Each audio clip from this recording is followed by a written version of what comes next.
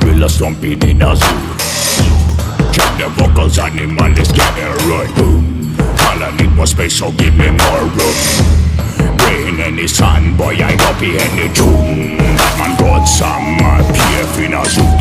You been hungry, that's why I came with a food. Hey, I got bust to learn any crew. Man, game of death, I'm a carving fool. Man must stop acting a fool. Hi guys, it's Carlos, back again to bring you another to-go tactics. In today's episode, we're going to talk about muzzle velocity and ammo types.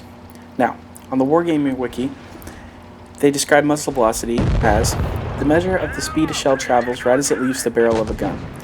Muzzle velocity determines how much lead must be given to hit a moving target, as the slower moving shells will need a greater amount of lead to hit their intended target. Different shell types fired from the same gun can also have different muzzle velocities. As you can see here, we're back on the wiki for the ammo. AP and APCR have normalization values, but heat and HESH and HE do not. Whereas AP and APCR can overmatch, but heat cannot. AP and APCR are definitely affected by distance, whereas HE, HESH, and heat are not, as you can see in my latest to-go tactics video previously. Pre-detonation is objects that it can't go through, so heat, HESH, HE can't go through any objects. The ricochet angles are pretty standard for all of these, but as we move on to muzzle velocity here, you can see that AP and APCR are the fastest ones. Heat comes in at a close third, and HE and HESH come in last. HESH being the second to last, and HE being the slowest of all of them. HE does the most damage, but the thing is, it's all dependent on the gun barrel. It has long since been believed that the longer the gun barrel is, the faster the projectile will be, and the greater penetration over distance. This rings true in tanks. As you can see, the longer the gun barrel is on most tanks, the better penetration they end up having. Take the Panther for instance.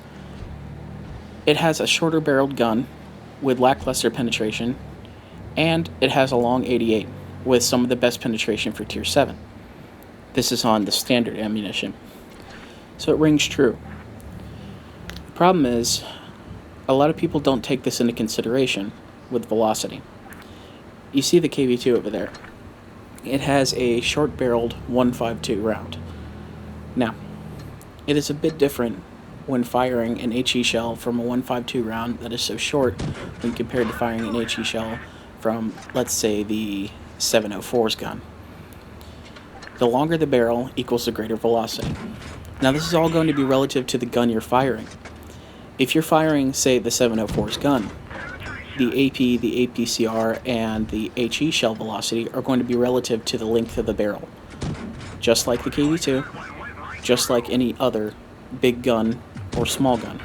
As you can see here on the Cromwell B, the velocity is pretty lackluster on every single round, but you can see that the APCR is faster than the AP, and the HE is still the slowest round. As we move on to test the heat on the Leo 1, you'll notice that the barrel on this gun is much bigger than the barrel on the Cromwell B, meaning that every single round is going to be a bit faster than the Cromwell B's shell velocity.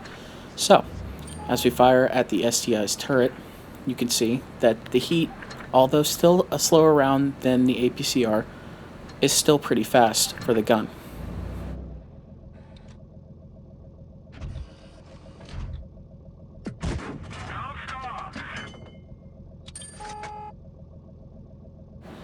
Now the correlation between these velocity effects between barrels means you're going to have to be used to every single tank and the way it fires. That means you're going to have to play plenty of games in the tanks you own and get used to the amount of lead you're going to need with every single shell type. For instance, I'm going to be showing you a replay in my T-82, who has a short-barreled 105mm howitzer on it.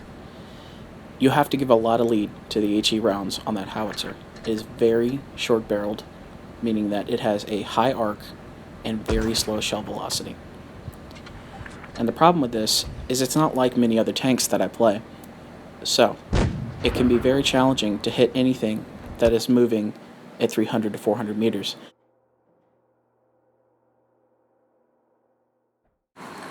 You can see the short barrel on the KV-2 with its 152mm gun it's not going to have the exact same HE shell velocity that, say, something like an ISU would have. But the same rings true for the KB2 versus the 183. The 183 has got the biggest gun in the entire game. This is Blitz, barring the Arty that's in PC version. As you can see, even though the shell type is bigger, the 183 has a massively longer gun barrel, almost 3 times longer than the KB2's. Meaning that even though the shell type is bigger, it's still going to have a greater velocity than the KB2. As we move on to our game in the T-82, you can see it's 105mm howitzer. Now I call this a howitzer because howitzers are supposed to fire at a slight angle in order to arc their shots. This is the 105mm on the Leo 1. You can see the great difference in the gun barrel length, meaning that the Leo 1 is going to have much faster shell velocity in every single round it fires, whereas the T-82 is going to have a very terrible shell velocity. I'm going to let you guys go ahead and watch this game, just to watch the shell velocity difference between the heat rounds and the HE rounds on the 105mm. Let me know what kind of tactics I should go over next, guys. Thank you so much for watching. This is Carlos, and I'm out of here.